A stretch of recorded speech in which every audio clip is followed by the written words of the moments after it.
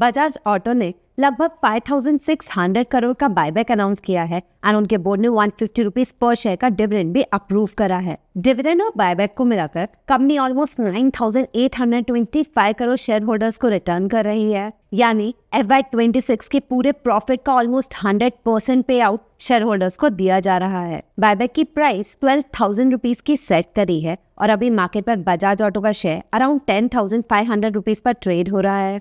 तो अगर आप बजाज ऑटो के शेयर होल्डर्स हैं, इसका मतलब बायबैक से सीधे 1,500 रुपीज का profit which is almost 14% upside. लेकिन बजाज ऑटो के बायबैक से रियली आप 14% का प्रॉफिट सीधे बना सकते हैं। हेलो फ्रेंड्स, मैं हूं मानसी और आज हम डिस्कस करेंगे बजाज ऑटो के बायबैक की डिटेल्स। रियल रिटर्न इस बायबैक से कितना बनता है, टैक्सेशन का इम्पैक्ट, कंपनी के Q4 FY26 के रिजल्ट और फाइनली क्या इस बायबैक में पार्टिसिपेट करना सेंसिबल है। चलिए स्टार्ट करते हैं।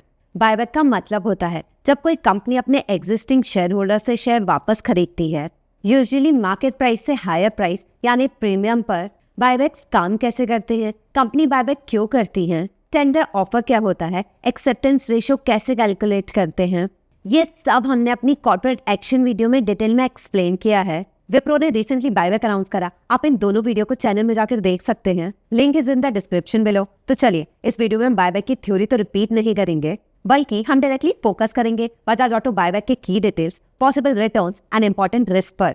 अब बायबैक की डिटेल्स देखें तो 6 मई 2026 को बजाज ऑटो ने 5,633 करोड़ का बायबैक अनाउंस किया एट ₹12,000 पर शेयर। ये बायबैक टेंडर ऑफर रूट से होगा, मतलब कंपनी अपने एग्जिस्टिंग शेयर होल्डर से डायरेक्टली शेयर्स बायबैक करेगी मार्केट प्राइस से प्रीमियम पर।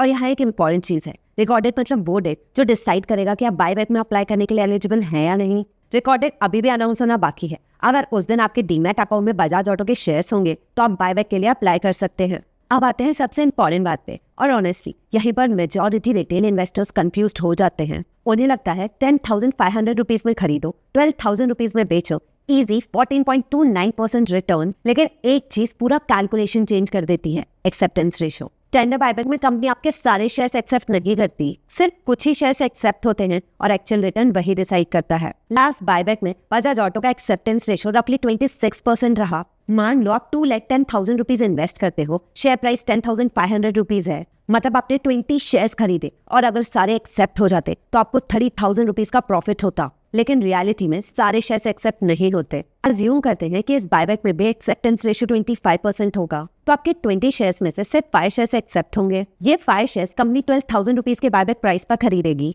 मतलब हर एक्सेप्टेड शेयर पर आपको अप्रॉक्स 1,500 रुपीज का प्रॉफिट होगा। तो राउंड प्रॉफिट होता है ₹7,500। लेकिन आपने टोटल इन्वेस्टमेंट लगभग 2.1 लाख का किया था, तो इस हिसाब से आपका इफेक्टिव रिटर्न 3.6% बनता है, ना कि 14.29%। अज्यूमिंग बाकी शेयर्स का मार्केट प्राइस सेम रहे, इसलिए बायबैक में सिर्फ बायबैक प्रीमियम देखने इनफ नहीं होता, एक्चुअल रिटर्न एक्सेप्टेंस रेशियो पर डिपेंड करता है। अब इन सब में टैक्स एंगल भी देखना होगा। Assuming 1.25 lakh LTCJ exemption limit already exhausted from other gain, अगर आपने शेयर्स रिसेंटली बायबैक के लिए खरीदे हैं तो प्रॉफिट पर short term capital gains tax लगेगा। करंट STCG रेट है 20%। अगर 7,500 रुपीज का प्रॉफिट हुआ तो अराउंड 1,500 रुपीज का टैक्स लग जाएगा, नेट बचेगा 6,000 रुपीज, तो इफेक्टिव रिटर्न 2.86% हुआ। अगर आपके पास बजाज ऑटो के शेयर्स 1 ईयर से पहले खरीदे हुए हैं तो आपको long term capital gains tax लगेगा एट 12.5%, मतलब 7,500 रुपीज के प्रॉफिट पर 938 रुपीज का टैक्स लगेगा, मतलब पोस्ट टैक्स रिटर्न करीब 3.12%। तो फ्रेश एंट्री वाले इन्वेस्टर के लिए एक्चुअल पोस्ट टैक्स रिटर्न 2 से 2.5% के आसपास ही बनता है। सो ओवरऑल सब कुछ को नजर में रखते हुए this is the buyback. Company के फाइनेंशियल ईयर 25 to 26 के फोर्थ क्वार्टर का रिजल्ट स्ट्रॉन्ग आया है और यही वजह है मार्केट में बायबैक अनाउंसमेंट भी ऑप्टिमिज्म से देखा गया। FY26 में कंपनी ने 58,732 करोड़ का रेवेन्यू कमाया, जो पिछले साल से 17% ज्यादा है, और पूरे साल का प्रॉफिट आफ्टर टैक्स रहा 9,825 करोड़,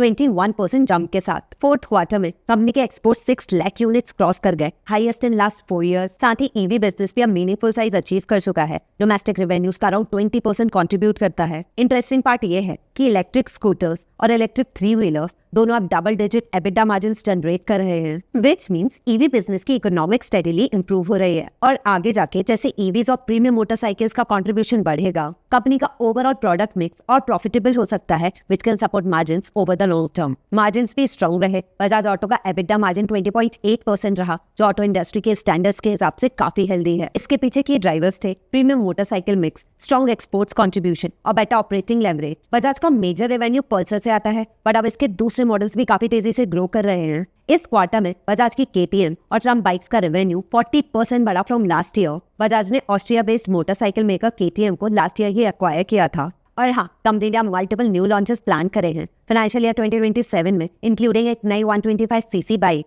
पल्सर के नए वेरिएंट्स, डोमिना का रिवाइवल और ट्रम्प के 350cc मॉडल। इसका सीधा मतलब ये है कंपनी अपनी जिंदगी के बेस्ट फाइनेंशियल फेज में है। आखिर ये कंपनी बायबैक कर क्यों रही है? 3 बड़े मेन कारण हैं। पास में बहुत कैश है, कंपनी काफी हद तक डेट फ्री है और उसके पास मजबूत कैश रिजर्व्स हैं। Second, to reward share holder, ये मैनेजमेंट पर ट्रस्ट बढ़ाता है। थर्ड, मैनेजमेंट को अपने शेयर्स अंडर वैल्यूड लगते हैं। बायबैक को अक्सर मैनेजमेंट के कॉन्फिडेंस का संकेत माना जाता है। बजाज ऑटो के मामले में ये रिकॉर्ड रेवेन्यू, प्रॉफिट, एक्सपोर्ट्स और EV एक्सपेंशन के बाद आ रहा है। अब फाइनल क्वेश्चन, क्या आपको इस बायबैक में पार्टिसिपेट करना चाहिए? ऑनेस्टली आंसर डिपेंड करता है कि आप किस टाइप के इन्वेस्टर हैं। Existing long term share holders, अगर आप ऑलरेडी बजाज ऑटो को लॉन्ग टर्म के लिए होल्ड करते हो तो ये बायबैक आपके लिए ओवरऑल पॉजिटिव हो सकता है। आपको डिविडेंड भी मिल रहा है, आपको बायबैक का बेनिफिट भी मिल रहा है और जो शेयर्स आपके पास बचेंगे वो एक फंडामेंटली स्ट्रॉन्ग बिजनेस में इन्वेस्टेड रहेंगे। लेकिन अगर आप इस बायबैक को सिर्फ प्रॉफिट के लिए फ्रेश एंट्री लेने की सोच रहे हैं, यानी 10,500 रुपीज पर खरीद के 12,000 रुपीज पर बेच के, तो थोड़ा कॉशियस रहना होगा, क्योंकि रियलिटी में कंपनी आपके सारे शेयर्स बायबैक नहीं करेगी। ये बायबैक टोटल इक्विटी का अराउंड 1.68% कवर करता है, मतलब एक्सेप्टेंस रेशियो काफी लो हो सकता है। तो जो इजी 14% का आपको प्रॉफिट दिख रहा है,